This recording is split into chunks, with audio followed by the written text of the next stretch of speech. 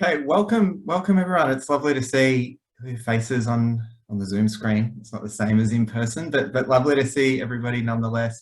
Welcome to this webinar on First Nations Histories towards Social Justice and Institutional Change. My name's Ben Silverstein. I'm a postdoc in the Research Centre for Deep History in the School of History at the ANU. And I would begin by acknowledging first that I'm speaking today from Gadigal country of the Eora Nation, and pay respect to elders past and present. And I also want to acknowledge the Ngunnawal Ngambri people on whose country the ANU, where this event is being hosted, on whose country the ANU sits. And pay respect to Ngunnawal and Ngambri people and elders past and present. Crystal, do you want to introduce yourself? Hey, welcome as well.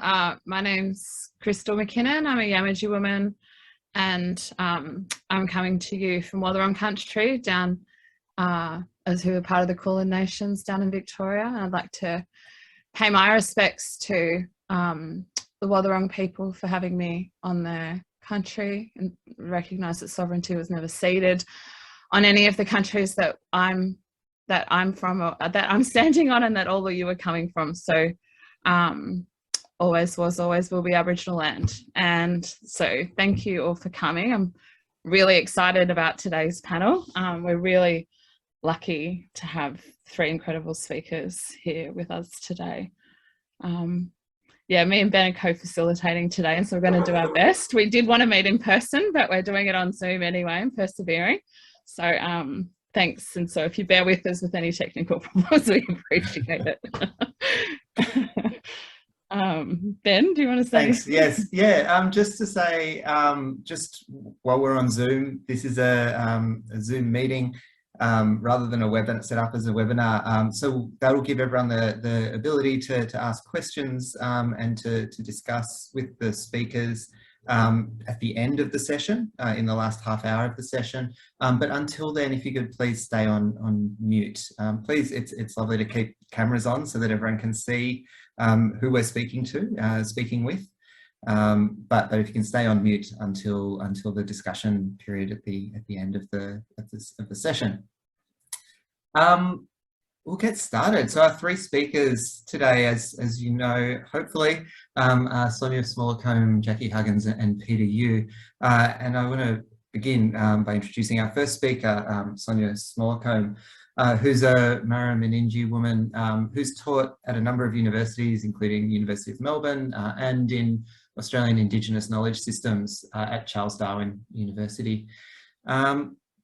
For some time, between 2005 and 2017, Sonia worked at the United Nations Permanent Forum on Indigenous Issues over in New York, where she worked as a social affairs officer, focusing on Indigenous people's issues and the environment. And she's going to be speaking today in part about that, and in part about the role of historical scholarship in policy more generally.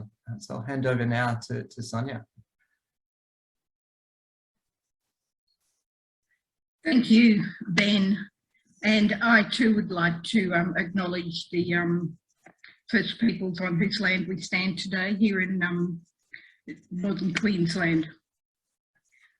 I want to start off a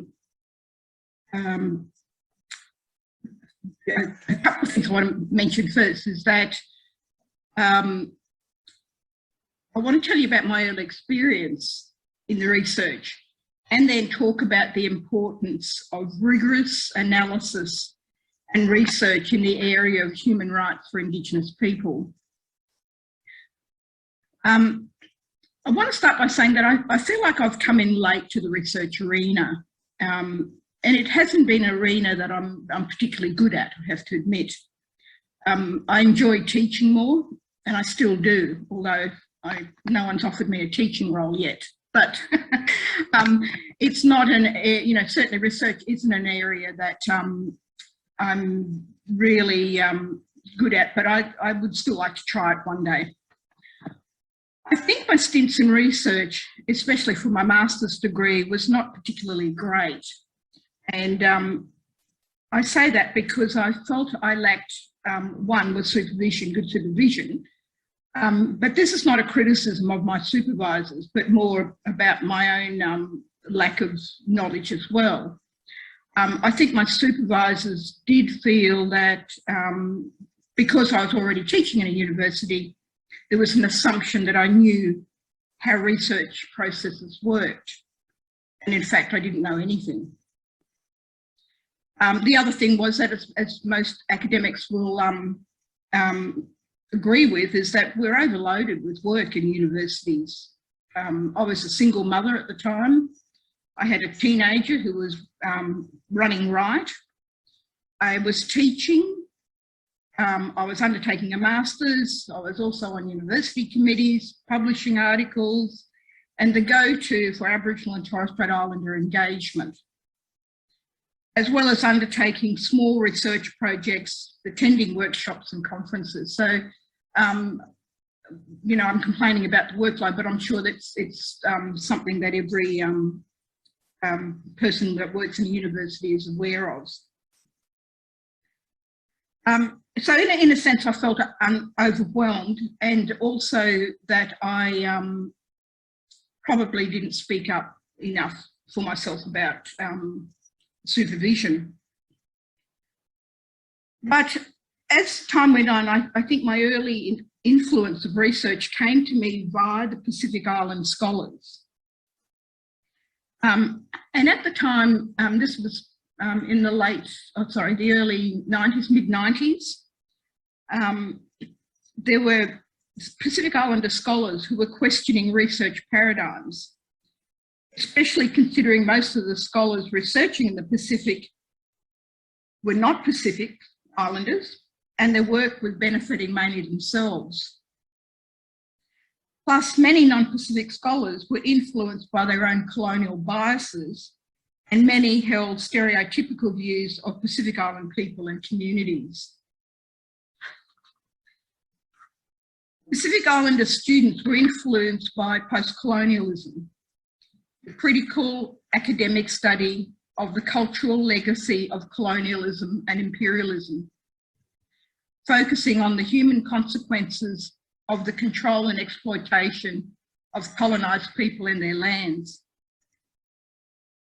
More specifically, it is a critical theory analysis of the history, culture, literature, and discourse of, usually European, imperial power. On a simple level, postcolonialism was, through anthropological study, to build a better understanding of colonial life from the point of view of the colonised people. And it was based on the assumption that the colonial rulers are unreliable narrators. On a deeper level, postcolonialism examined the social and political power relationships that sustain colonialism and neocolonialism, including the social, political and cultural narratives surrounding the coloniser and the colonised. And this approach overlapped with contemporary history,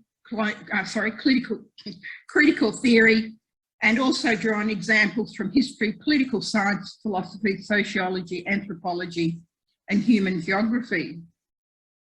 Now, of course, we know that the first post-colonial scholars influence were people like Edward Said, Franz Fanon, Jamaica Kincaid, and I can never say her name, but I think it's Getria Spivak and others.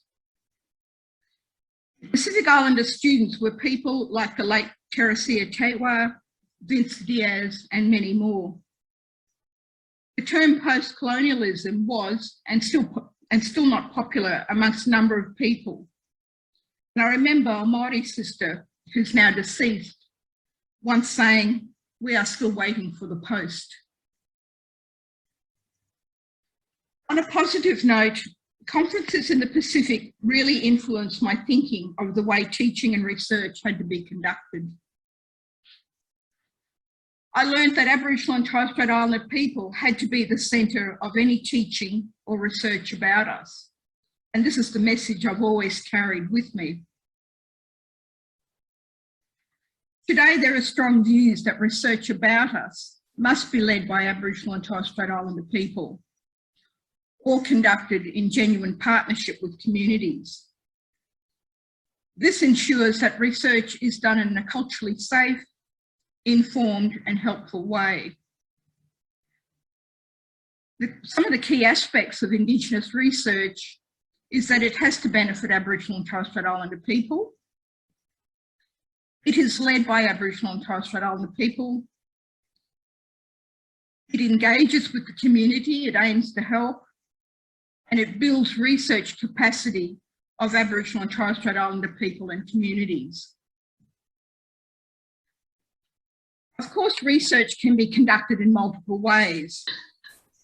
There can be a focus on elevating the voices of Aboriginal and Torres Strait Islander people to provide a critical analysis of policies and practices of governments that impact Aboriginal and Torres Strait Islander people. Peter Hughes just made me look at him. So I'll start again this paragraph. Research can be conducted in multiple ways.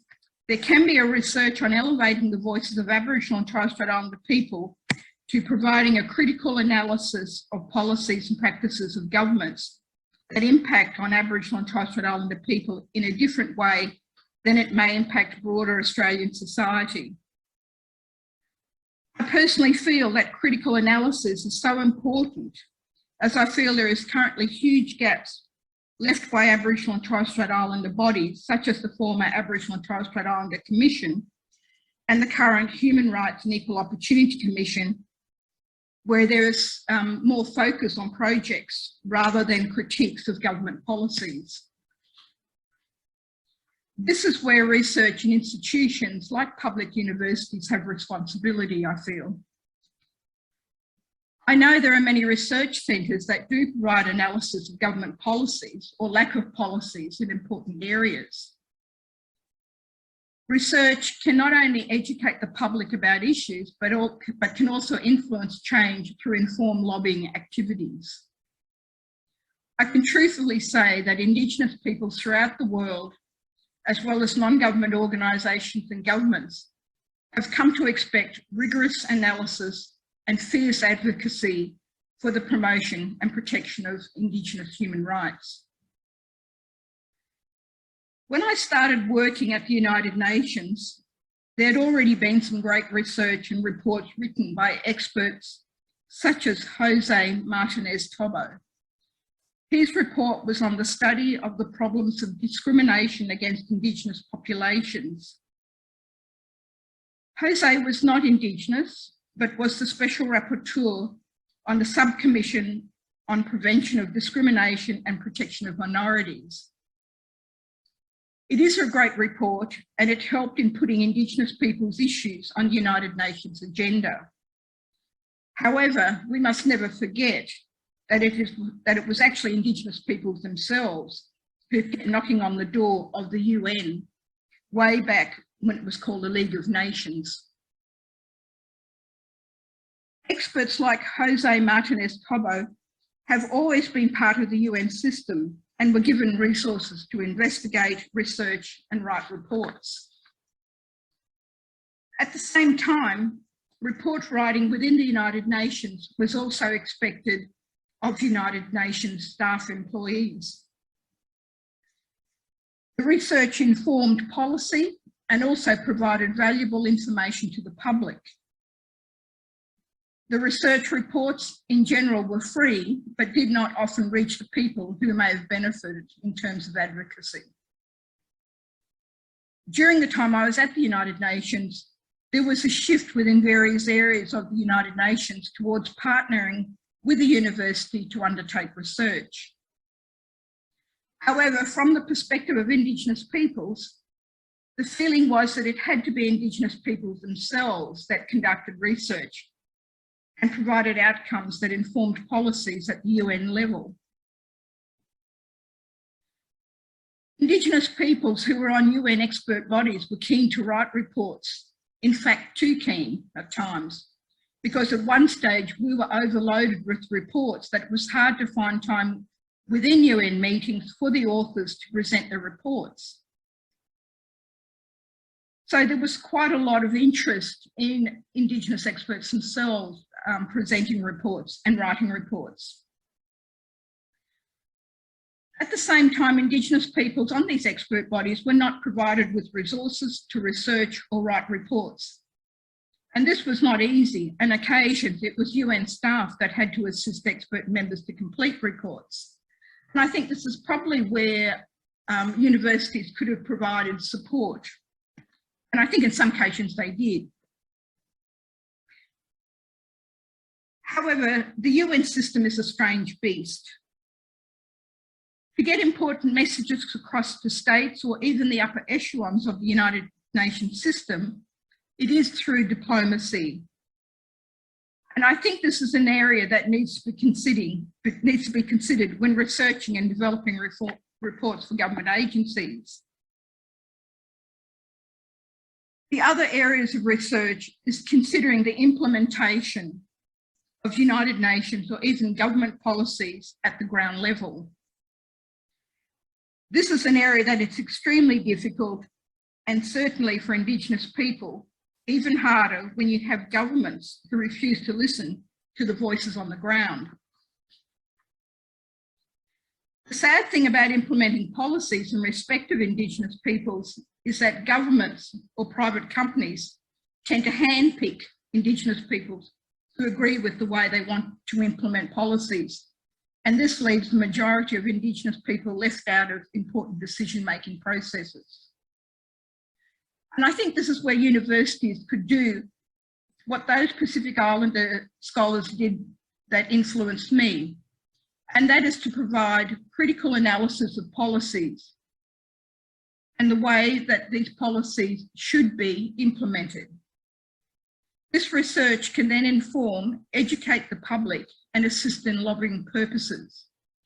And certainly from my experience, this is where I think there is a gap in the research area, and that is providing that type of research of strong analysis and critical analysis of policies that can be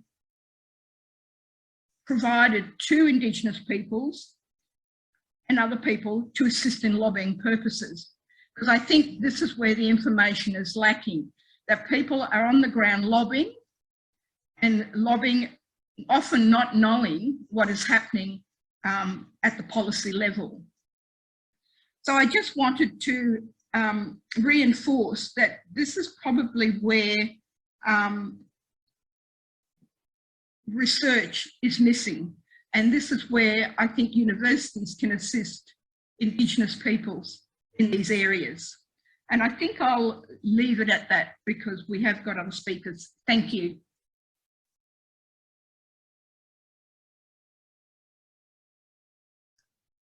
Thank you so much. I'm really looking forward to hearing more in question time. Right now, I'm going to move right along to introducing our next speaker, which is Professor Jackie Huggins. So Professor Jackie Huggins is a Bidjara and Birrigubba and Juru woman from Queensland, who has from 2017 to 2019, she served as a co-chair of the National Congress of Australia's First Peoples, and among her many other roles, has also served as a board member of the State Library of Queensland and the Australian Institute of Aboriginal and Torres Strait Islander Studies, was a co-chair of Reconciliation Australia, co-commissioner for Queensland for the National Inquiry into the Separation of Aboriginal and Torres Strait Islander children from their families, and was deputy director of Aboriginal and Torres Strait Islander Studies at the University of Queensland. She has written widely, including the path-breaking books Ani Rita, a co-written biography of her mother, and the collection Aboriginal Workers, co-edited with Professor Anne McGrath and Kay Saunders, and which was reissued earlier this year. And her incendiary writing, on indigeneity and women's liberation transformed discussions on feminism in Australia. Jackie was recently appointed as an honorary professor in history here at ANU and is currently co-chair of the Treaty Advancement Committee in Queensland, where she is doing interesting and important work towards a state-based treaty. Please join me in thanking Professor Huggins. I'm sorry for my tongue-tied onset words. And thank you, Professor. Thanks very much, Crystal, and Wadamuli to everybody. I am on the lands of the Turrbal and Yuggera peoples here in Brisbane, my home for over 60 years, and sometimes I say 65,000 years, because I've mostly lived here, apart from a couple of stints here and there in Canberra and Adelaide and other parts. I just want to, pay tribute also to the Ngunnawal peoples of the of Canberra and surrounds, and to thank them for, hosting us there as well. And to all of you, wherever you are on your traditional lands of our people, thank you for joining us in what I think is going to be a fairly, a very good, I'm not sure if it's a debate or a talk here today. But anyway, we'll see what happens at the end of this when we get the questions, no doubt. I want to thank Anne McGrath particularly, a very old and dear friend of mine. I say old in the most respectful way, Anne, as you know. Peter, hi Peter, and to Sonia, my co-panelists here today, and to everybody for organising this. Now, when I was given the brief, I thought, oh gosh, where do I start? What'll I do? There's been so much in terms of research and how that applies to, public institutions and government that I've been involved with over the years. But I thought I might start with the present one I am involved with, and it might kind of give you some idea of the capacity, I suppose, of where our research can head and what we need to do with this. And I'm going to talk about the path to treaty, of which I will be co-chairing until we hand our report in on the 12th of October of this year. This will be a second report. We started in 2019. When I say we, there was an eminent panel, there was a treaty working group who were the hard engine drivers of getting the consultations going and so forth around the country. So we were, and we had some really heavy hitters on there, and I've got to name a few, I just got a skite about this, I suppose. We had the wonderful former Governor-General of Australia, Quentin Bryce, who has said she's always been a treaty girl, which is nice. We had Kerry O'Brien from ABC, who will be moderating. There's a statewide webinar that we have tomorrow around treaty. For those people who like rugby union, I'm not quite sure. I'm not quite sure if I do. What sort of rugby league's more my game, I suppose. But we had Dan Crowley, who was an ex-Wallaby as well. So, just trying to get people who were kind of connected but able to give out a message for us. And just on our present treaty advancement group, we have the great Sally Ann Atkinson, who was the first female mayor of Brisbane, and now is finding herself a treaty girl as well. But she appeals to the conservative side of politics, and that's really important in terms of any negotiation that we do. This kind of bipartisan approach is always really, really important. Sally Ann's very interested too in the educational aspect of truth-telling, and I'll get to that in a minute, because that's a pillar of where we're heading with treaty. So we did a major consultation around the state. In Queensland, we always tend to do things very differently. we, in fact, we met with non-Indigenous people as well. You know, I know Victoria and Northern Territory went to their First Nations peoples. Well, we went wider because, to tell you the truth, for me personally, there would be nothing that would shock me these days in terms of, you know, comments and criticisms about my mob. So all we said was, you know, bring it on. But always with these things, usually it's the converted that come along anyway. So we had a number of those people. We spoke to about 1,700 people. We had online submissions and so forth. And in those submissions, there were some people who wrote in about history and about truth-telling. And really that was absolutely, there were two things really that we thought we have to proceed on this basis. The first one was this glaring comment that we've always abided by and put up there in the front, and that was sovereignty was never ceded by our people. So that certainly was one of the, that and truth-telling actually were two of the key points that we made certain that that would be clear. And just in terms of self-determination, I think research, of course, is going to play a key role in terms of getting those messages out as well. So when we did our first report, we actually commissioned, well, it's really Anne's and my mentor or nemesis, whatever you want to call her, our friend, but expert in Queensland history, and that is Emeritus Kay Saunders, Professor Kay Saunders. And Kay, we had this piece to do, and I said to Kay, we really do need to capture this, you know, honestly and openly. We need the unpalatables here, and we're not going to gloss over this. Let's just bring it out. And we wrote this, I think it's fairly, very, very consistent and unwavering short version of Queensland history and how it applied to us. Unfortunately, there are a few little gaps there, you know, when you go over and you look again what you could have put in and you should have put in, but nothing major, because I think we touched on all the very pertinent points, and we had a deadline to do. And when we did that, COVID hit. So we're out of action then for about a year. We couldn't get out to communities. Everyone was closed down. You know the story.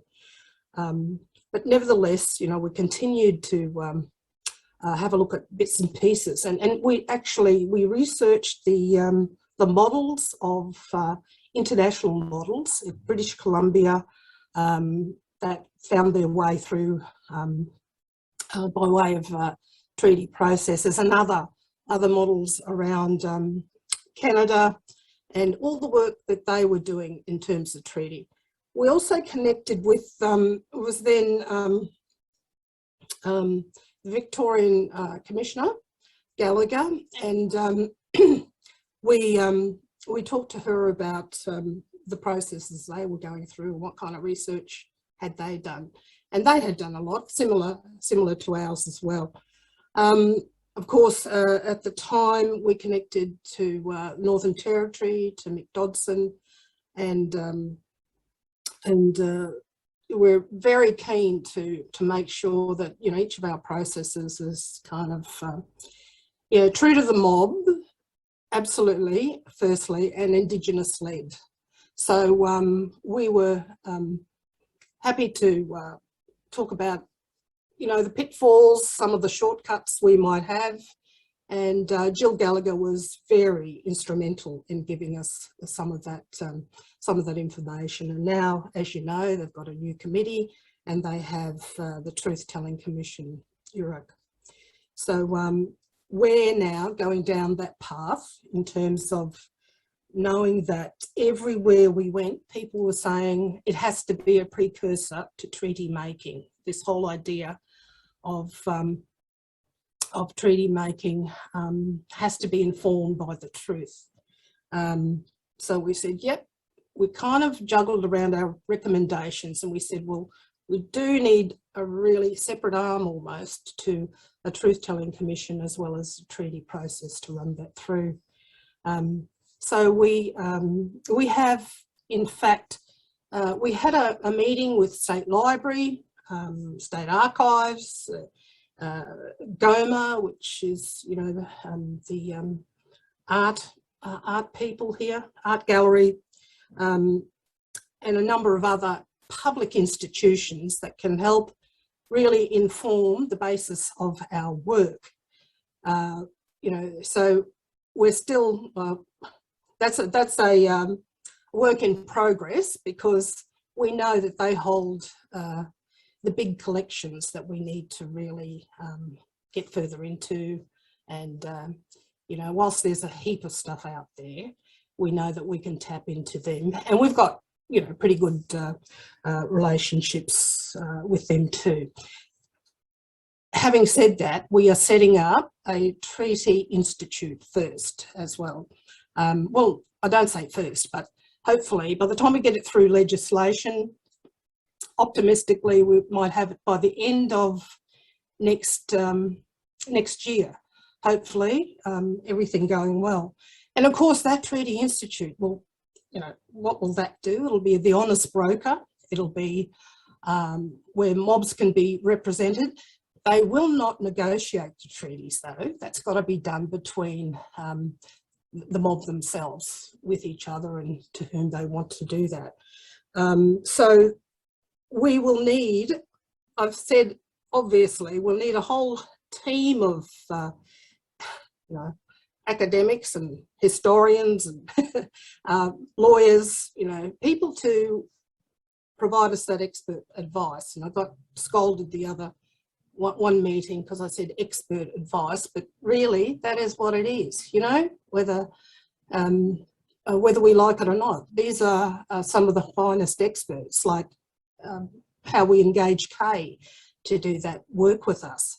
And I don't make any apologies for that. I think it's really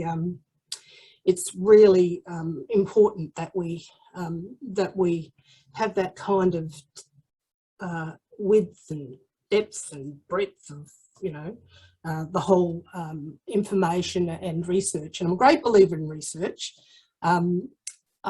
It absolutely informs what we do. But I also agree with Sonia in terms of the unis, you know. I've always said this, the unis could have done a lot more for us and can still do a lot more for us in terms of our social justice issues and our fight for these.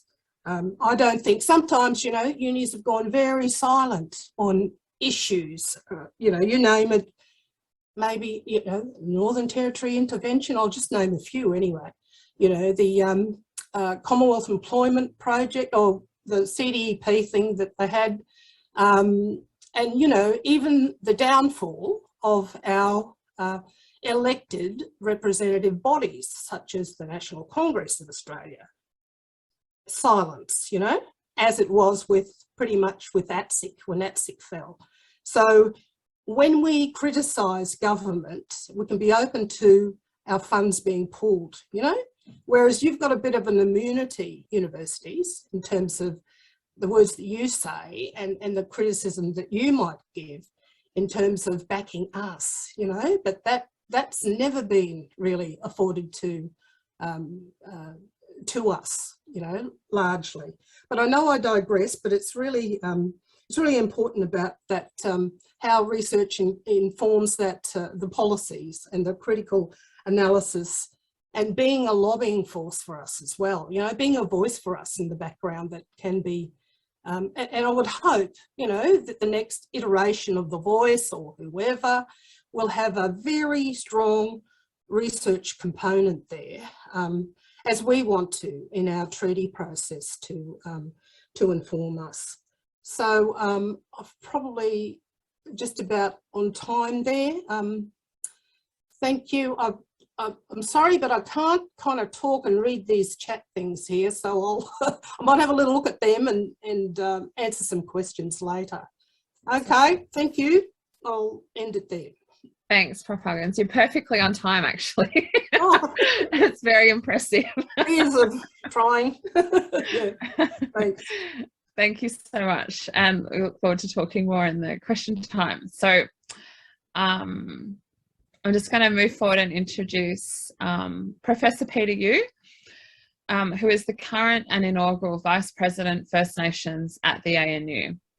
He is a Yawarru man from Broome with over 40 years experience in Indigenous development and advocacy in the Kimberley and at the state, national and international level. Professor Yu was a key negotiator on behalf of the Yawarru native title holders within the Western Australian state government over the 2010 Yawarru Native Title Agreement.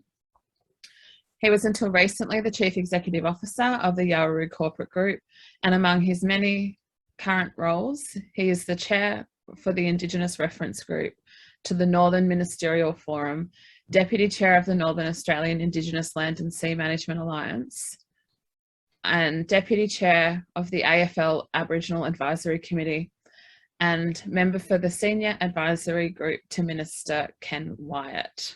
Please join me in thanking Professor Yu. Oh, hello. Good morning. Sorry, I'm a bit slow. I got distracted, so apologies for coming in a little bit late. And Sonia, just how are you? And Jackie, sorry I missed half your presentation, Sonia. Apologies for that. I caught most of it though, I think, towards the end there. Thank you for inviting me. I don't come from an academic background, so you probably realise by what Crystal's just said in terms of my experience. The First Nations portfolio at the ANU is a new development by the Vice Chancellor and the leadership group at the university to try and create a much more holistic, for want of a better word, approach towards dealing with First Nation policy issues and research matters dealing with our students, but working across campus in all the colleges and schools to embed, I guess, the notion of the contribution and value of First Nation people within the education, particularly the tertiary education process. So we're a little bit of, I guess, a little bit different from what I understand, and I'm a bit of a novice in the university sector because I don't come from an academic or university area, so I'm still finding out how to navigate my way around the numerous kind of obstacles that exist and challenges. But notwithstanding that, I must say, I appreciate certainly the very strong support that we've had from the university. So, in coming on board and trying to take a new approach to how we do the work there. So it's been tremendous to have all of the colleges and schools and all the researchers very keen and very interested to know what we're doing. So hopefully, we can take that to another level. I suppose I was on the ANU Council for about 4 years prior to accepting this invitation from the Vice Chancellor. What I noticed was that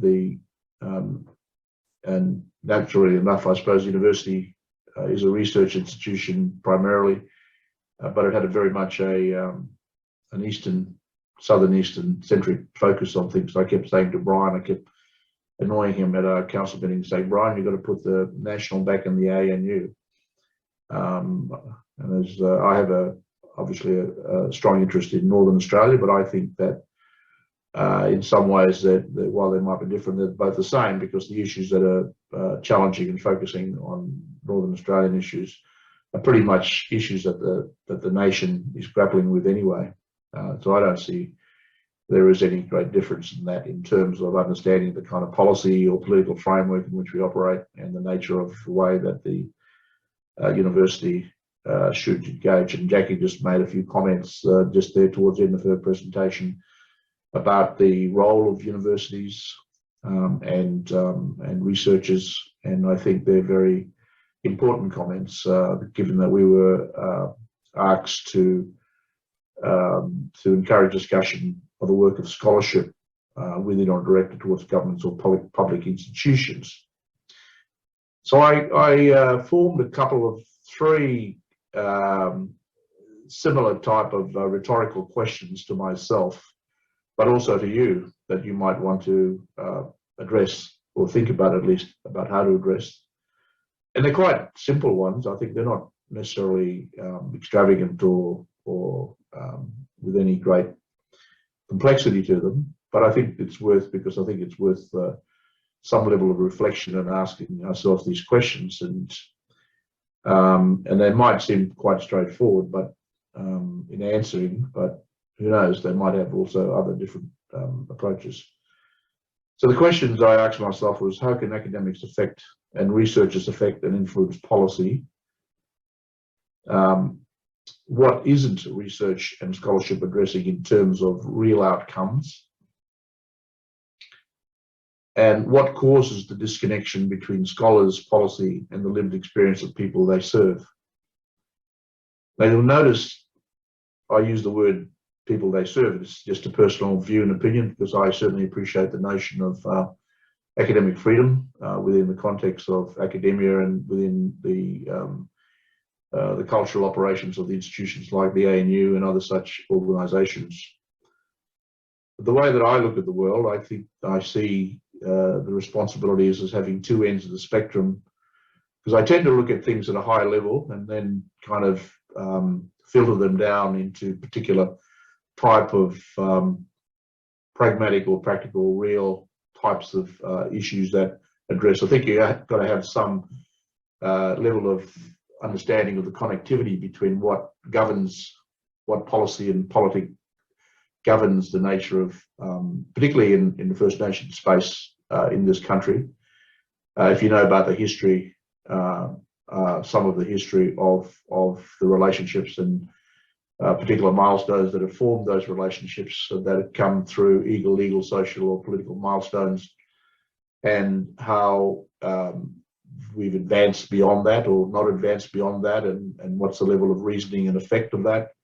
I think they're critical kind of areas to address, and I think you've always got to go back into history to understand, and it's a bit of a cliche, to understand, you know, where we are today and why perhaps what have we learned from history. I've learned a lot from history, having been part of a significant part of my working career, been involved in a number of critical, serious events, certainly in the bush, in the Kimberleys and elsewhere in the north. I think that that spectrum of what the national policy framework is, that causes the effect of the way that we engage in our communities, the way we engage with government, the way we engage with the economy, the way we engage with the nature of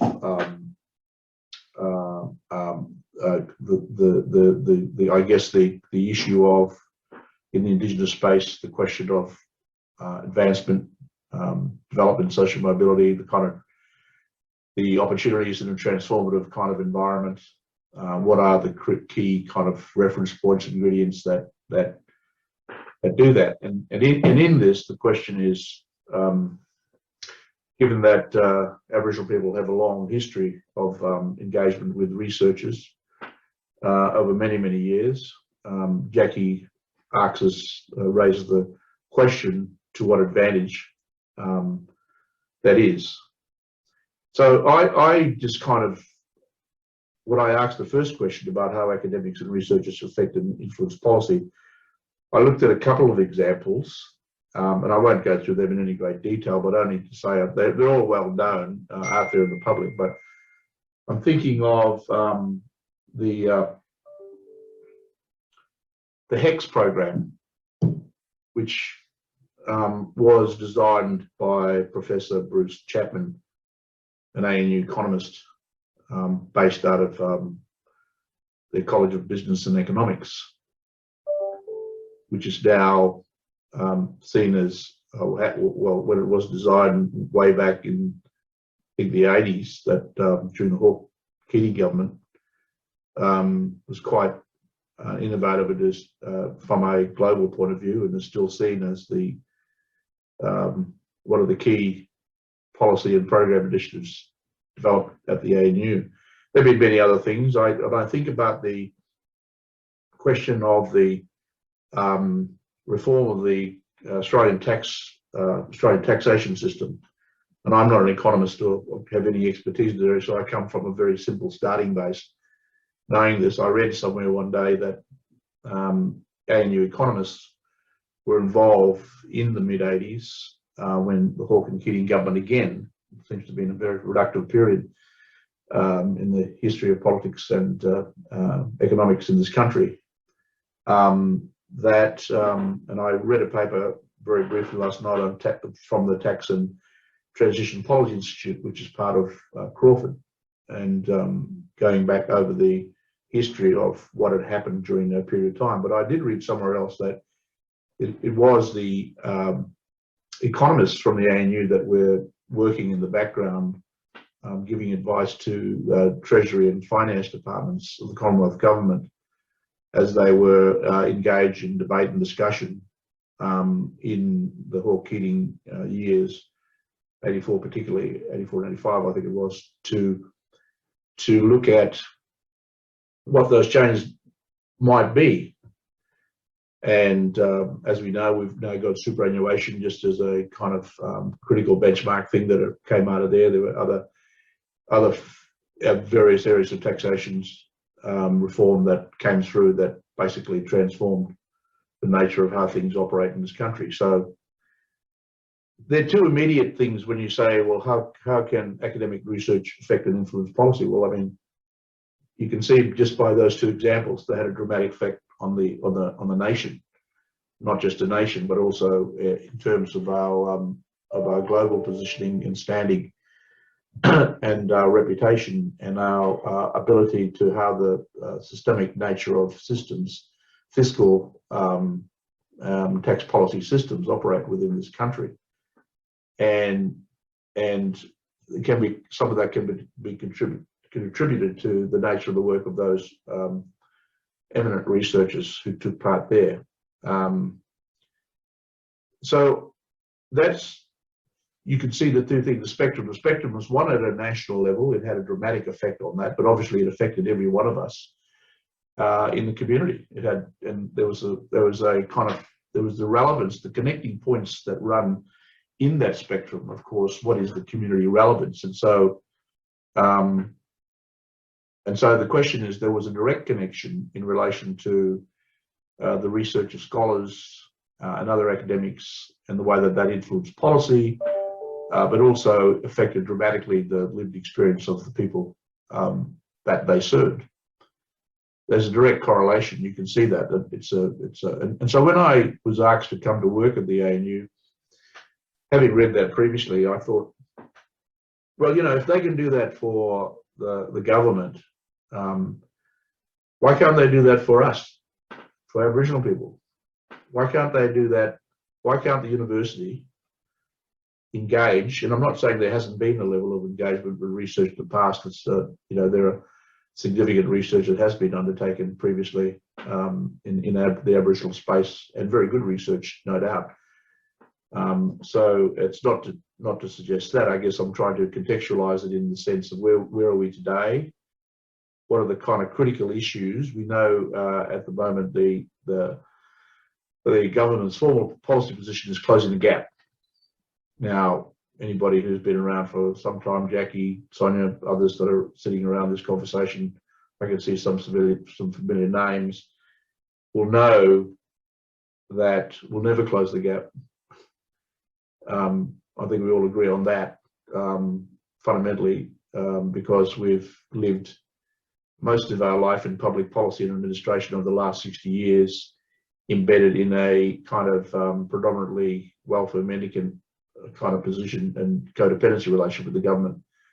There hasn't been the investment in relation to the nature of infrastructure or delivery mechanisms that can deliver. And of course, we're dealing in a very highly volatile and contentious political area, given the nature of our legitimate claims to settle historical grievances, the nature of the question of unresolved issues in regards to the nature of our tenure responsibilities and the kind of resource, the ownership of assets, and the nature of our economic return from the opportunities to activate those assets. There's a whole multiplicity of different reasons. We know the government plays to the margins of politics, and that's just a reality. We know that we haven't yet developed our level of governance and management capabilities in our communities and organisations. We can see that from the current COVID situation evolving in New South Wales, in Western New South Wales. You see it every day in the news at the moment, and seeing, unfortunately, increasing levels of infections and some worrying signs of people dying. If you were to apply that in every Aboriginal situation in across Australia, you know, God help us, because I think the mortality levels would be quite dramatic. You can see the distinction between averaging out between the vaccination levels and in the mainstream and that of the Aboriginal community. You have to ask yourself the question, given the fact that we have the capacity to actually do more, why aren't we? Why are we currently in the position where the most vulnerable of our communities is still without a formal plan to immediately increase vaccination levels in a very deliberate way? And I'm using that as an example of saying the nature of incrementalism is one of the critical policy failures. We're a wealthy country. We have great means and resources, yet we continue to see the ongoing marginalisation, I guess, and disadvantage, social advantage, and a lack of social mobility that we would anticipate given the amount of investment that's been there over the years. So really, in some ways, closing the gap is up. It won't change until we own that risk. And how we own that risk is having researchers work with Aboriginal community of finding better ways and better means to challenge the kind of processes. I believe that's what Jackie was saying, to challenge the processes of the nature of infrastructure, the way the policies are designed and delivered. I think, so coming to where we are at the moment, when I said before, when I mentioned about the kind of tax reform issues, and simplistically I thought, well, why, and I seriously, I mean, I'm not an academic, I haven't done too much research, but if the government can do that for the Australian population, sorry, if the ANU can contribute towards government designing its policies, why can't we at the ANU enhance our capabilities here using the expertise and the resources to affect change within the policy framework? So right at the moment, there's an issue on the, I'll give you another example, and I'll shut up soon, so I don't want to go over time, but the Timber Creek decision in 2017, in the High Court decision, you may or may not be aware, but that was an important milestone in the legal framework. And I'm not a lawyer, so my understanding is that that expanded the criteria for claiming compensation on impact on native title significantly. For other means, just did on the physical impact on the land, but it also provided a reference to a particular formula as to how you might determine the criteria of compensation. So that's currently a live issue. That's a live issue. That will have impact on each of the state governments. That'll have impact on the Commonwealth government to be able to respond, because what you'll likely see further test cases from Aboriginal community trying to expand on the High Court's decision in terms of relief for disadvantage created by various acts affecting not only native title but also potentially people's social, cultural environments, and at some stage or another there will need to be negotiations with all governments And I think that's why the situation in Victoria and Queensland, as it's developing, will become critical parts of those processes in regards to treaty making. But today, as we speak, I mean, the government's aware that there is a requirement to address the Timber Creek decision. It hasn't moved anywhere from a policy point of view or setting up an engagement point of view. But this is where I think the ANU has a capacity to bring together the expertise that we have on campus to actually create the various scenario options, from economists, from kind of social scientists, from the anthropologists, from whoever they might. We need to examine in greater nuance and detail the emerging questions to be asked about what will be a settlement, because there will be a settlement, there has to be. But we know that it may take a long time, because of course the bottom line position of the government is to provide the kind of reasonings why not to address it. But nevertheless, it's a real issue. You've had the question of the voice coming out of the Uluru Statement of the Heart, and the question of representation and mandate.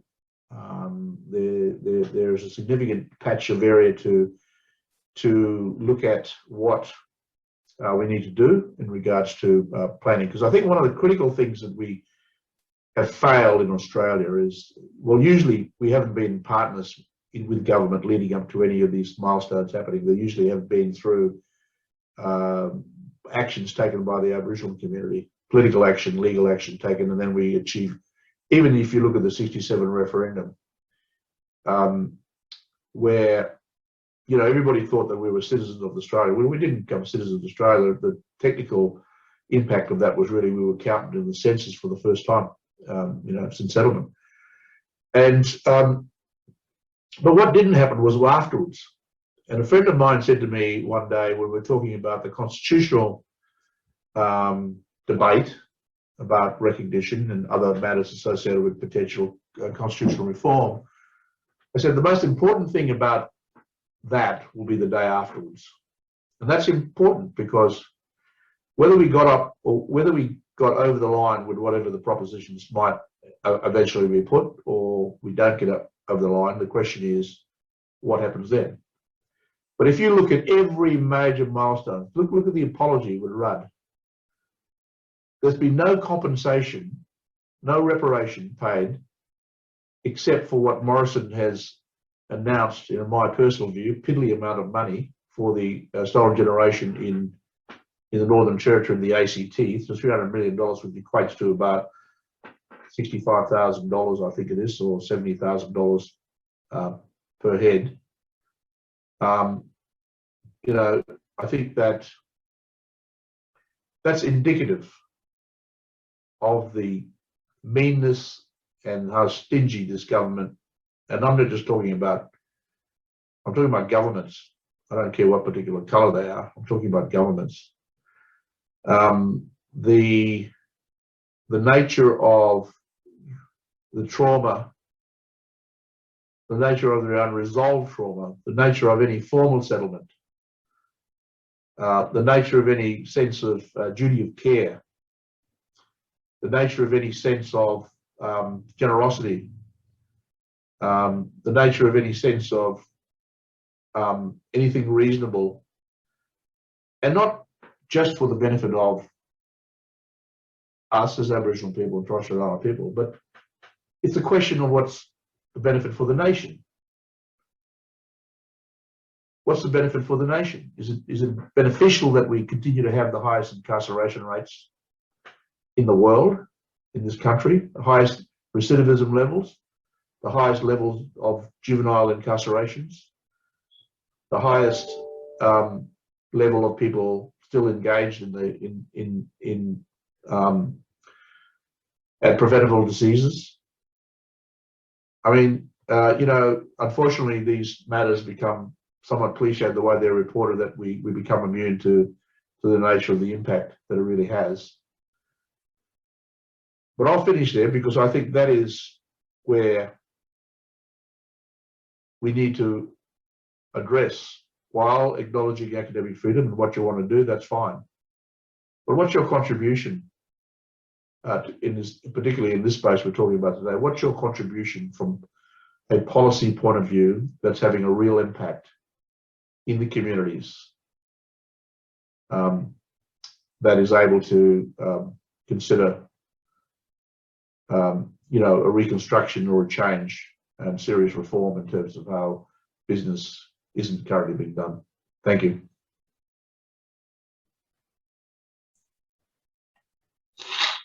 Thanks very much, Peter. And thanks to all our speakers, to Jackie and Sonia before you as well. You've all spoken really, really clearly and really compellingly about, I think, some of the gaps or perhaps the failures of research to date in terms of serving First Nations people, Aboriginal people across Australia, and also pointed some ways forward. I think each of you have provided us with things to think about and ways to transform the way that we carry out research, the way that we imagine the role of our work, and the way that we work for the, as you've said, Peter, the people that we serve, or that we should serve through our research. We have plenty of time for questions and discussion. So we'll open it up to discussion now, to questions. I'd ask if you'd like to raise your hand, use the raise hand function on Zoom, and we'll call on you and you can unmute to ask a question. Or alternatively, if you'd rather write your question into the chat, which I see is there's a lot there, and I'll have a look now. But either of those options, either raise your hand or type a question into the chat. And if you don't know how to raise your hand, you can put in the chat that you want to ask a question too, and we'll do it that way as well. Yeah.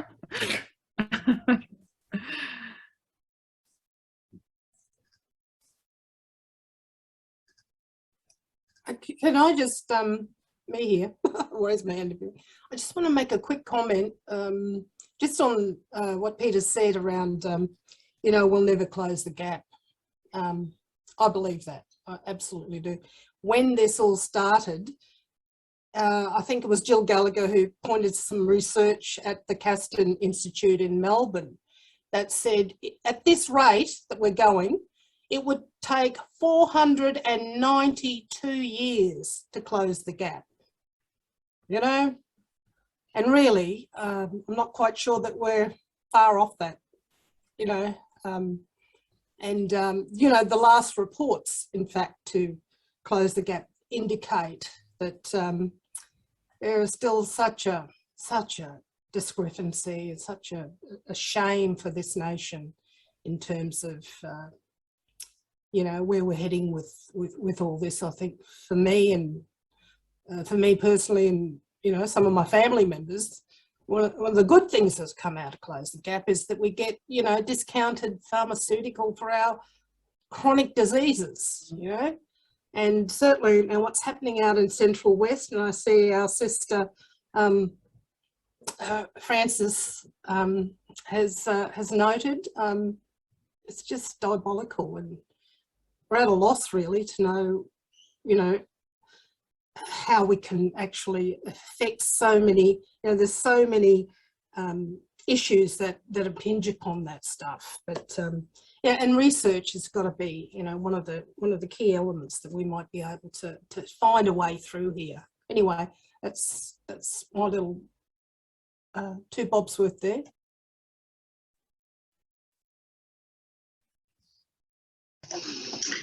Yeah, I might say something.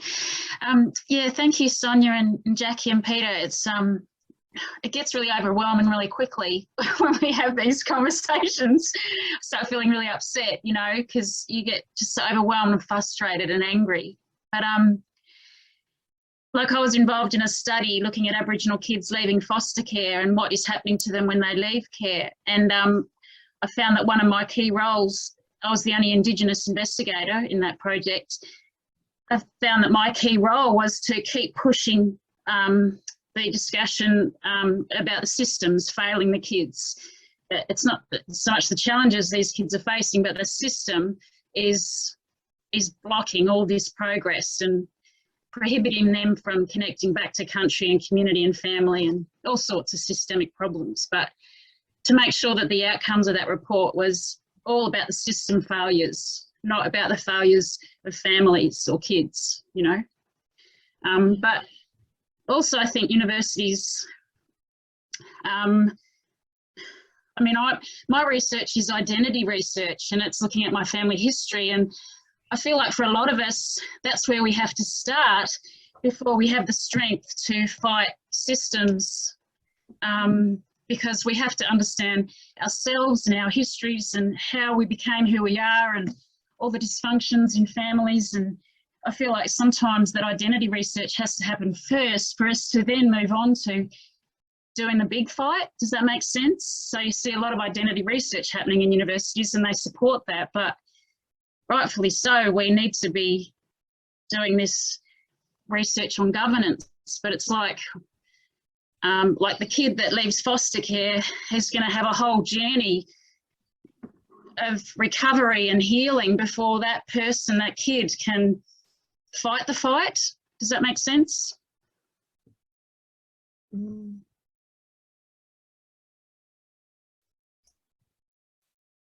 Yep, Sonia? Yeah, I just want to say thank you, Jacinta, and I agree that this whole research area is such a difficult area. And I think one of the things that I was involved in a couple of years ago, and it's when COVID's intervened and it's not gone anywhere, but the University of British Columbia, a woman there was trying to look at the implementation of the,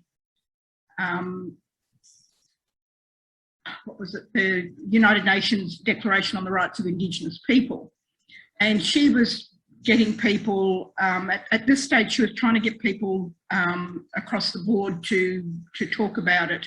And it was mainly talking about the human rights of Indigenous people, to change get away from that whole welfare perspective and look at human rights for Indigenous people. I was part of the putting together for a bigger research project, and of course that got knocked back. So I think that's probably another area that, on the one hand, you know, we're saying to universities, look, think of doing research that goes towards implementation of our rights, and that that it also informs people at the lobbying level. But I also think, you know, my question, because I'm not in the university, but my question would be is whether whether universities would fund that kind of research as well, or research centres would fund such kind of research. You know, is Indigenous stuff still sexy at university, or has that gone down the drain? I'm just querying that.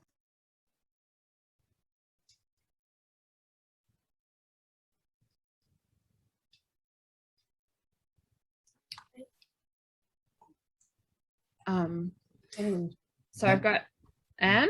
Have you got your hand up to respond? Yeah, I think I just might add something, and I'm not totally around it, that the Australian Research Council, which of course is the key way that we academics get funded, has just been subject to some scrutiny by academics, because they've knocked back all these grants that cited preprints, which I think that all reports relevant to policy would fit in, because they're not peer reviewed, they're done for another purpose. So I think that for example, our university, the Australian National University, is very keen to be operating in doing more policy-oriented work in Indigenous policy and history, as Peter knows. But I think that maybe there's a conflict going on. The Australian Research Council says we should do things of benefit to society, but then they don't allow reports that are relevant to policy to be counted in people's CVs. But I know Lynette Russell and others are making representations to this effect now.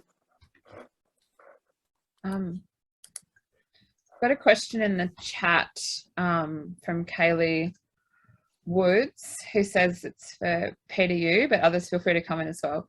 But you've identified a few big issues that academics can contribute to, but I wonder if incrementalism is also a feature of academia.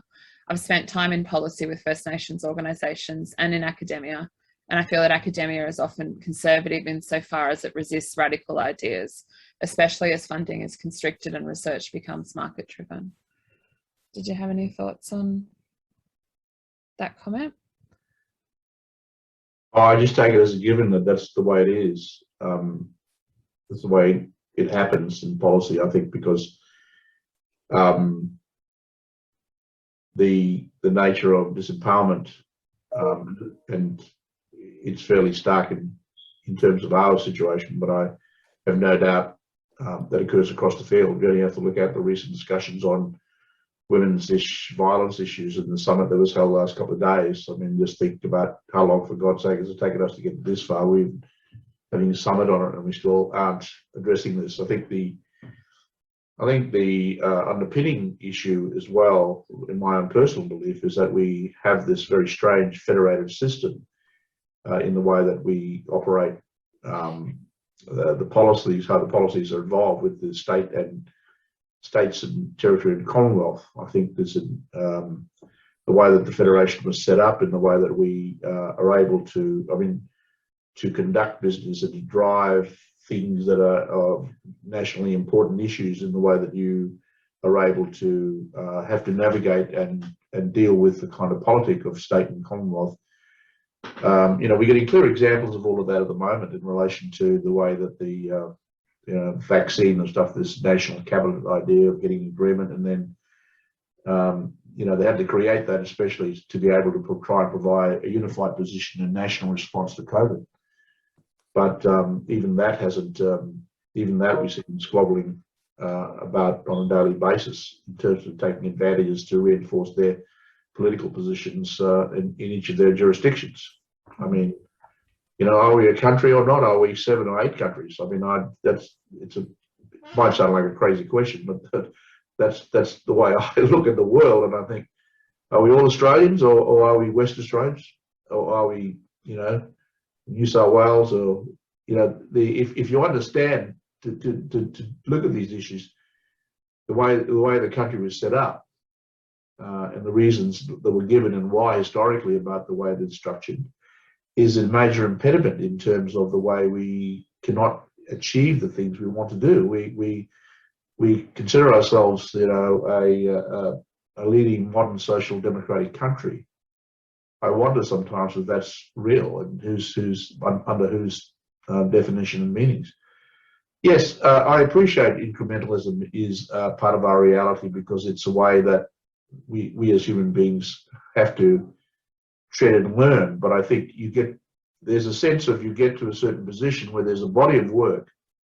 I mean, for instance, who can tell me how many Royal Commissions we've had in Aboriginal affairs? Something like 10 Royal Commissions going back about since, I don't know, what, the early part of the 19th century, where I guarantee you, if somebody did a research project, you will see a common thread occurring right throughout them, right up till the 91 Aboriginal deaths in custody and 336 recommendations. I guarantee you that you will see the same types of principal recommendations that were made to address those issues. I mean, the Royal Commission is a classic example. Is that we've tripled the number of people in jail, and the number of people who've died in jail has again tripled. So if you look at incrementalism within that context, you'd have to say there's something drastically wrong with the body politic and the nature of governance. That these matters are solvable, they can be solved. But instead we build more jails, and instead we put more black people in. Tell me why in Western Australia, the epicenter of wealth creation, generation in the nation, in the Pilbara, you have the Roban prison, which is 99% full of black faces. Now, how do you juxtapose the reasoning there? I don't know. It's beyond belief that, and we continue to accept this sort of situation in this country. So incrementalism in that sense, we've had over 10, and I'm guessing here, but I know it's roughly close to 10 Royal Commissions into Aboriginal affairs of some form of a nature. Going back, I think, to the first killing of people on the Canning Stock route, to the Black Desert Custody Royal Commission. And that is the fault, and that is why, you know, I think why there is concern about incrementalism. While it's a natural sense of progress, but if you look at it from a point of view of the time and the issue that it's taken to deal with these things, you'd have to say that it's unacceptable. You know, and you can apply that in every Aboriginal policy setting in this country, from black deaths in custody to reconciliation to stolen generation to compensation to agreements. You can, every situation you can apply, that there hasn't been any, and we continue to excuse ourselves by saying it's not all too bad. Yeah, you know, we got to be positive. We've all made some changes, but Christ Almighty, for God's sake, I mean, look at where we are. We're not anywhere near, and you know. Anyway, I get a bit passionate about these things, but that's my view about it.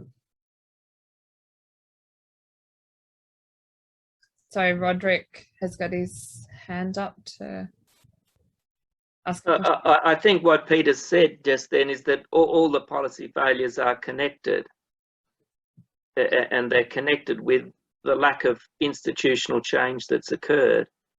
I can remember many years ago, about 35 years ago, I used to be involved in Nuclear Free and Independent Pacific campaign, and there were meetings in Canberra. I was a student then at the ANU. And Kevin Gilbert politely sat out one of our meetings when we were talking about the peoples in the Pacific, and then asked us what are we doing about the situation with Indigenous peoples in Australia. In order to look at the lack of progress, one can compare the situation in Australia with New Zealand, which still got many problems, but they've made some institutional changes in those 35 years. And there are some lessons with the truth-telling with the Waitangi Tribunal, which was initially set up to have only a contemporary jurisdiction. Then it was extended in 1985 to have historical jurisdiction, and that has led to a lot of research about the breaches of the treaty by the Crown being uncovered and publicised. There's still many problems, but there are some lessons there. One of the chairpersons of the tribunal was Eddie Jury, and he made an interesting comment with regard to compensation. It links with the Timber Creek decision. He said this: really, there's no way you can get adequate historical compensation because of the extent of the wrongs that have been done historically through colonialism. But the focus should be on rebuilding communities. And that's really what Peter talked about earlier, with, in a social sense, infrastructure development, not just sort of buildings, but actually building up communities. Does anyone have any thoughts on what Roderick's saying? Franny? Yeah. Yama, everyone. I'm on Uralrai country, my traditional country, so respect to all elders present and future. And but look, the response that I have, and I hope that I'm on track with this, is that, and I mentioned earlier, and Sister Girl Lorena Barker also understands it, that Western New South Wales, you talk about many countries and all this sort of stuff. And New South Wales is divided, not just Aboriginal and white, so, you know, we're divided by the Great Dividing Range. And there's no way, you know, that's just a really obvious way of showing the differences. When COVID came and talking about building communities, You know, as researchers, it's not just about absorbing information from Aboriginal communities, it's about sharing that information. And one of the fundamental things that's really sort of problematic with academia is who you're speaking to when you do your research. Be aware of that. I know we talked about the influence that you can have with government policy, etc. But what good is the information if it's not given back to community? Does it have to come through a third-hand government department? It shouldn't have to be that way. The main thing that happened out here in terms of how COVID has hit Western New South Wales, and in particular the Aboriginal communities here, is messaging.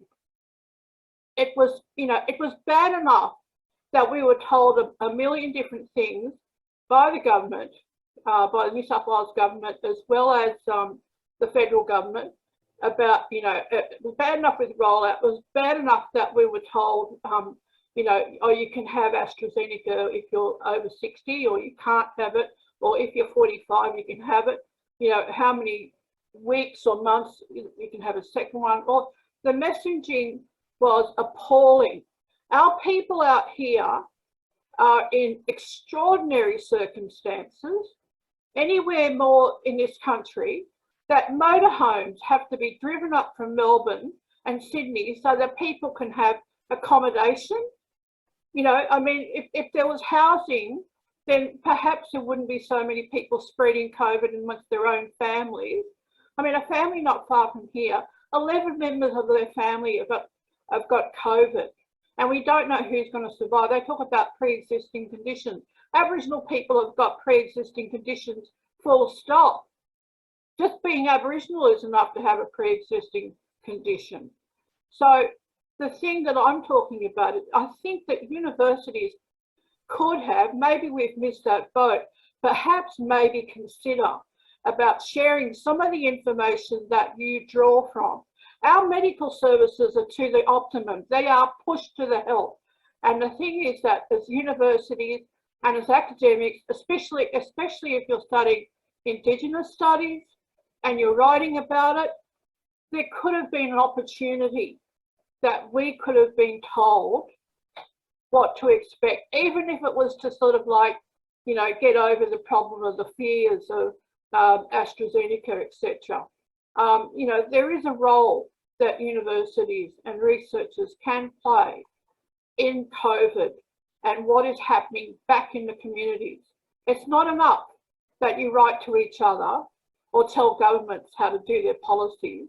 You have a responsibility to the people that you're writing about. Now, rant over.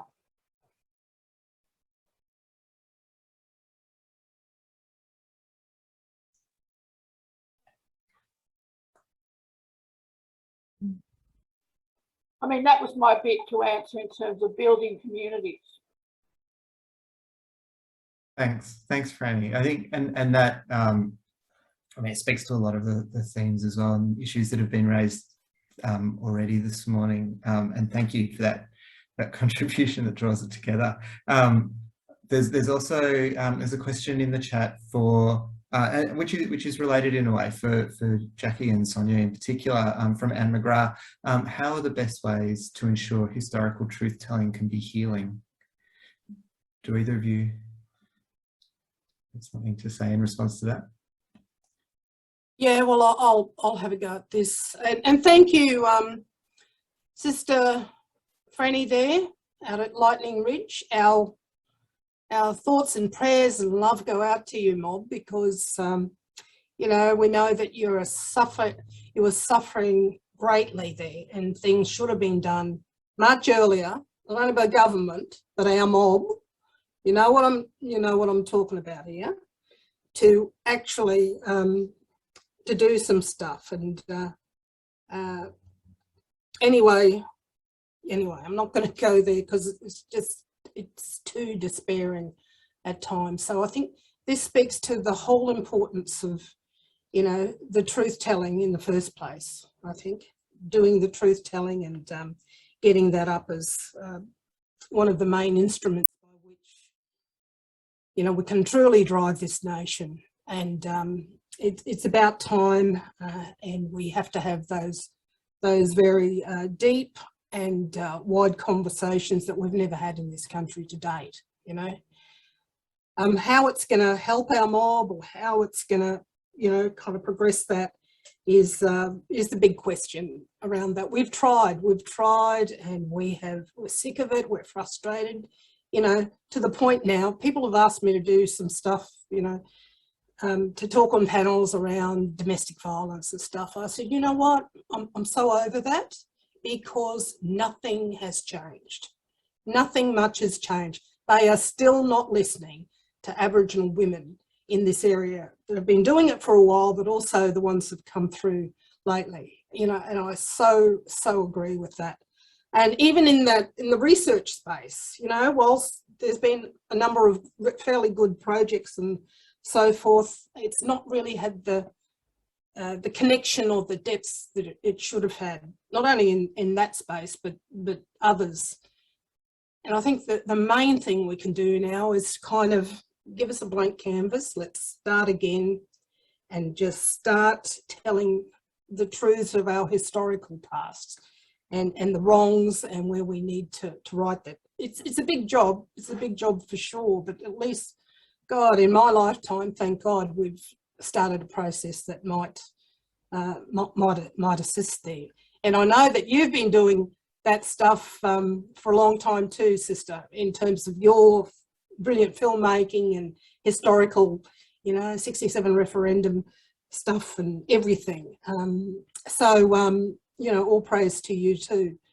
So I think this historical truth-telling can be healing in that sense, but it will probably take another generation, in my view, to really get really right into it. Look, just a very quick one. We just had a recent thing. We wanted to get a Queensland example of, you know, truth and justice and reconciliation healing. You know what? It's been very hard to find one where blackfellas and whitefellas come together and do something, you know. Whitefellas that came to our consultations were first to put their hands up and say, I want to give a testimony, you know, on what their ancestors have done to us in terms of the theft and appropriation and, you know, violence against our women too.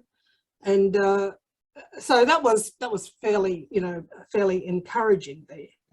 But, you know, the truth telling has just got to be central to everything we do from here on in, you know, otherwise we can't see a way through this. Like, it's so impossible at the moment to think that there can be any healing in our country. And I don't want to, you know, because I'm an eternal optimist, so I don't want to despair at that. But just recently, I won't go into that story, it's too long, but we did find an example about a bloke from Taroom who took back the Star of Taroom, of which his father had the big rock in his backyard for many years. So he put it on, they walked it actually. They walked it up to Taroom, blackfellas and whitefellas. And, you know, for that, many have told me that was a healing process for them. But it's possible it can happen. We just got to keep writing, researching and talking about this stuff. Thank you. Sorry, can I just add, just very, very quickly, is I don't know whether many people have been to or seen what's happening in Montgomery, Alabama, where the civil rights movement, there's some great museums there for the civil rights movement. And one of the things that they do is the storytelling becomes like a memorial. And I think what happens is often people tell their stories and then say, why did I tell all my stories? Nothing happened. And I wonder whether also another way of putting it is to memorialise it somehow, so that when people visit the place, that it's right there for people to see. And it can be quite confronting, those kind of memorials. Certainly I felt that when I was in Montgomery, that the civil rights memorials were very, very confronting and really bring home to you horrible histories that we've had in our lives. So I think that's another way of maybe preserving those stories and finding healing.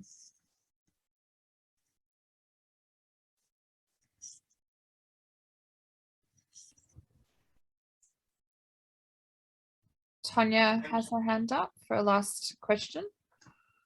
I think there was someone before me with a hand up. I think Latoya might have had a hand up. Oh, did you? Sorry. Yeah. Oh, I'm happy with either, if there's time. That's all right. We'll make it 2. We'll do it quick. Latoya and then Tonya. Cool. Hi, everybody. Right. Hi, Jackie, Sonia, Peter, Crystal, and everybody else I know on here. It's really nice to see you and to listen to everybody. And thank you, Peter, for bringing up the issue of Aboriginal deaths in custody. My brother, Wayne Fella Morrison, died in custody 5 years ago in South Australia in Yatala Prison. And we've been campaigning over the last 5 years for really abolitionist ideas around community-controlled responses, as a lot of us have already raised. But on truth-telling, some of my research at the moment with my PhD at UTS is looking at the way that Aboriginal women and our families have been moving forward, I guess, through our political actions, the archiving of our histories as a form of truth-telling, and how that process of political action could be seen really as a truth-telling commission on the streets, and how the Black Lives Matter movement last year really did bring to light a lot of that discussion. But now we're obviously left with a situation where, like you, I agree that the closing the gap targets are never going to heal Aboriginal people. So yeah, I don't know, just I guess a form of reconceptualizing ideas of truth-telling and taking it outside of the government to actually just say that our families are pushing toward healing through, I would say, political action. And as Sonia brought up the idea of the museum, that really relates to me something that Gary Foley was explaining about during the Black Lives Matter protests about what we do with racist monuments. Where do we put the racist monuments? And Gary had the idea of putting them, I believe, in a public park so that people could see them. And as the monuments actually are overgrown and are desecrated by country, really that kind of form of visual healing is occurring for all of us to kind of see that, you know, as country heals, we heal with it. And, you know, that, yeah, those processes I think can be held in political action, but that universities also, through supporting my work, Crystal's work, a lot of other work, can also support the political action out on the streets. And so I do see it as a viable way forward with research, but definitely not inside the government space. Anyway, that's my 2 cents. Thanks a lot, Latoya. Did Sonia or Jackie or Peter want to respond? I just want to say, certainly condolences to you and your family. Very sorry to hear that. Obviously, you've seen that in the press and the media and stuff. Very. I actually worked on the Royal Commission. I was Commissioner Dodson's associate. So, you know, we spent 18 months visiting every prison cell, lockup cell in Western Australia and elsewhere. One of the most, and a very extremely important job, but one of the most terrific things to witness and seeing the kind of details of what had happened to the unfortunate people who passed. So I share your grief with that, and but I think what you raise is a very, very constructive point, and I think that that's a critical foundations to anything to do with truth-telling.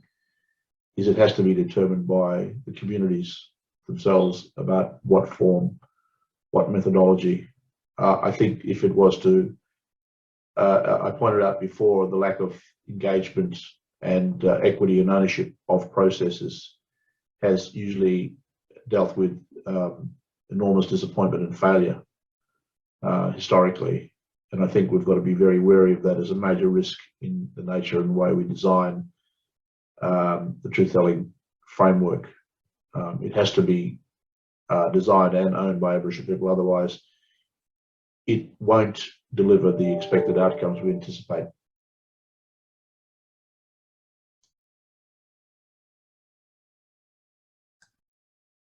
Thank you so much for those comments, Peter. I'll go to the last question from Tonya.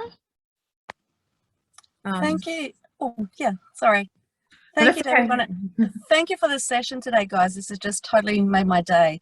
And I'm so honoured to be here around so many Aboriginal women and men as well that have just come before me and create that path for me too as an Aboriginal academic in HDR.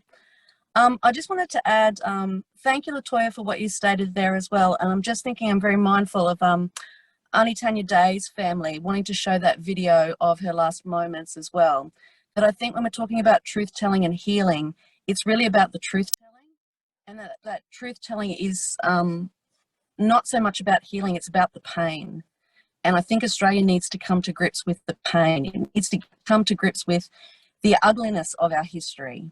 And so while we can talk about healing and we can talk about loveliness, what that discussion for me around healing does is that it undermines the pain and the trauma and the stuff that legacy that we need to acknowledge first.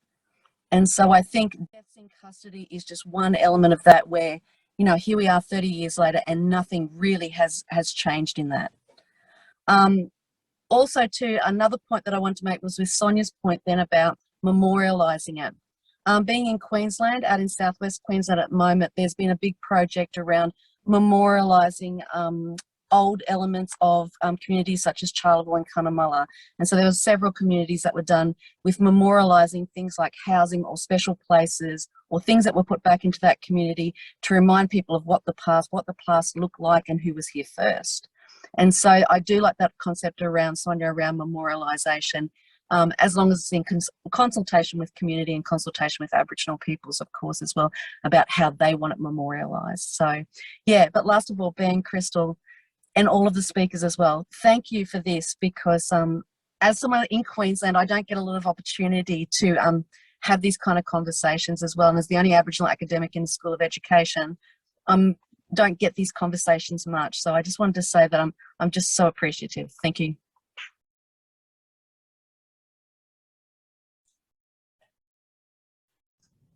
Thanks, Tonya. Did any of the speakers want to respond or make any final comments? Jackie or Sonia or Peter? Just quickly, I know that what we have discussed is very depressing. It is, you know, no two ways about it. But still, I think we just have to hope, and hope's a terrible word too, it's very value-laden. You know, we have to really inspire ourselves and others, really, to just never give up, get on to it. Things like, Latoya, what you've done, you know, I've followed you, believe it or not, even though I'm not on social media. I see you there.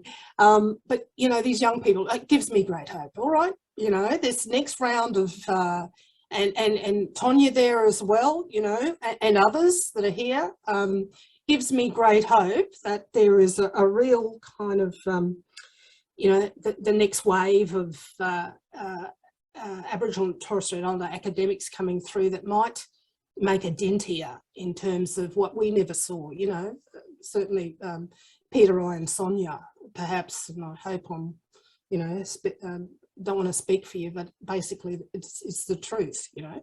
So look, good on you. I just salute the work you're doing and hope that you will carry this on for us, you know, while we kind of still try to grapple with those ideas of how to get, you know, true social justice for our people in this country. Thank you. Ben, thank you for the opportunity to participate. All I really want to say is that just challenge yourself to move beyond the rhetoric. It's too easy to fall back into the rhetoric, and that unfortunately we deal in cliches and not with the nature of truth and examination of that truth in terms of its reality to our own circumstances. Understand and make the connection between the broader policy, the political policy, if you like, and take an interest in that. but try and, use it as a bit of a portal to do your own investigations to understand the nuances of what, what causes the action and reaction, as the famous, to Einstein. Einstein also said, what did he say about doing the same things the same way, expecting a different result? It's the definition of stupidity. It seems to apply to most of our governments in this country when it comes to Aboriginal affairs. But it's not stupidity, because it is very deliberate. So you need to be aware of that. Thanks, Peter. Sonia, did you want to have any final comments? No, I don't have any final comments. I just wanted to say I'm really sorry that I didn't acknowledge the Irukandi people from Northern Queensland. I couldn't remember them this morning when I started my speech, but I was just going to type into the chat of my email, because it'd be great to, if anybody wants to contact me, please feel free to do so. Thank you. Thanks, Sonia, and thanks to all three of our featured speakers, and thank you also to the many participants, Franny, Latoya, Tonya, and others who I possibly on the other screen right now I can't see, but who've really, I suppose, emphasised the painful and infuriating urgency of many of these questions, and also who've shared with us or provided examples as well of the strength and power with which you've mobilised to seek justice in a number of different ways. And I want to thank you for emphasising that and for placing that at the forefront of the conversations we're having right now. Did you want to say anything, Crystal? No, just thank you, everyone, and thank you for all your comments and your generosity in sharing, and hopefully we can take what we've heard here and put it into action, and particularly to the ECR people who are coming this afternoon. The talks today, I think, are going to really be beneficial to discussing how we can better undertake research in the university. So yeah, thanks everyone, and really appreciate your time, and I'm really honoured to have facilitated today.